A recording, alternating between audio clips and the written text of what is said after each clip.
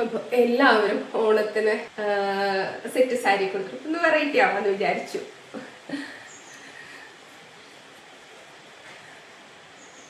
Look എങ്ങനെയുണ്ടെന്ന് പറയുക.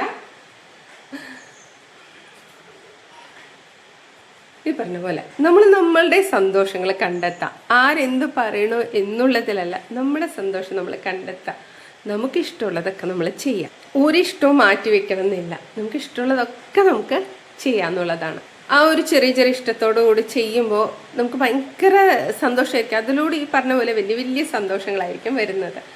അപ്പോൾ എല്ലാ ചെറിയ ചെറിയ സന്തോഷങ്ങളും എൻജോയ് ചെയ്യുക, ചെയ്യാൻ പറ്റുന്ന കാര്യങ്ങളൊക്കെ ചെയ്യുക, ഇടാൻ പറ്റുന്നതൊക്കെ. അപ്പോൾ ഞാനിപ്പോൾ എന്താ പറയുക, ചിലവരുണ്ട് കുട്ടികളായി കഴിഞ്ഞാൽ പിന്നെ അവനവൻ്റെ കാര്യങ്ങൾ നോക്കി. ഞാനൊരു സമയം അങ്ങനെ തന്നെയായിരുന്നു.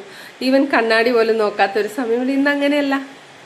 നമ്മൾ നമുക്ക് വേണ്ടി ഒരുങ്ങാന്നേ, ആരെയും കാണിക്കണ്ട, കാണാൻ ആരുമില്ല എന്നൊക്കെ പറയുകയൊക്കെ ചെയ്യും. നമ്മൾ അണിഞ്ഞൊരുങ്ങി നമ്മുടെ സൗന്ദര്യം ആസ്വദിക്കുന്നതും അതിൽ കൂടുതലൊരു സന്തോഷം വേറെ ഒന്നുമില്ല.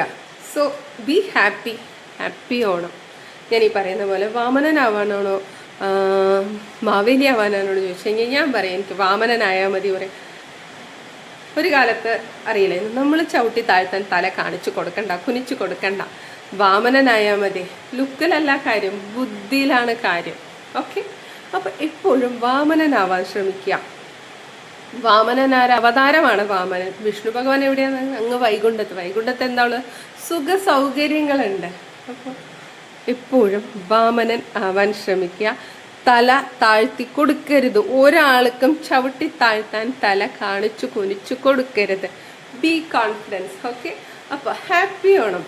എല്ലാ കൊച്ചു കൊച്ചു സന്തോഷങ്ങളും ആഘോഷിക്കുക, ആസ്വദിക്കുക.